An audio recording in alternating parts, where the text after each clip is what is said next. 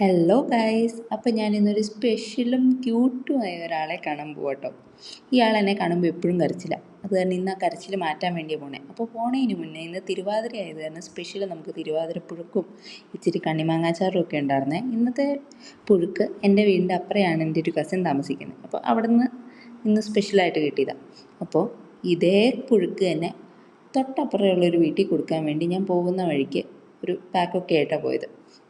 അപ്പോൾ ഇന്ന് ഞാൻ മഞ്ഞ കളർ ചുരിദാർ ഇടാൻ കാരണം ഇന്നത്തെ നമ്മുടെ സ്പെഷ്യൽ ആളുടെ ഫേവറേറ്റ് കളർ മഞ്ഞ കളറാണ്. എൻ്റെ ബെസ്റ്റ് ഫ്രണ്ടിൻ്റെ മോളാട്ടോ. അപ്പോൾ ഇവളോട് ഞാൻ ഇവളുടെ പ്രഗ്നൻസി ടൈമിലൊക്കെ സംസാരിച്ചിട്ടുണ്ടെങ്കിൽ ഇവളുടെ കുഞ്ഞാവ് എന്നെ കാണുമ്പോൾ കരയുമായിരുന്നേ.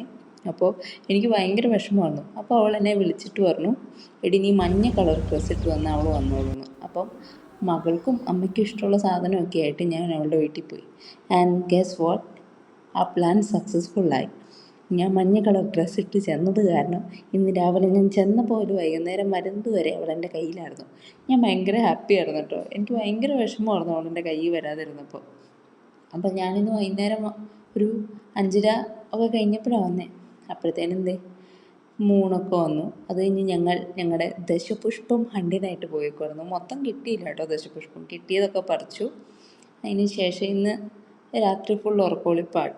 അപ്പോൾ ഇന്ന് വേറെ അരിയാഹാരമൊന്നും കഴിക്കുന്നില്ല. അപ്പോൾ പപ്പായൊക്കെ കഴിച്ച് ഈ ഫുൾ മൂണൊക്കെ നോക്കി പ്രാർത്ഥിക്കുകയൊക്കെ ചെയ്ത് തിരുവാതിര നോയമ്പ് നോക്കണം.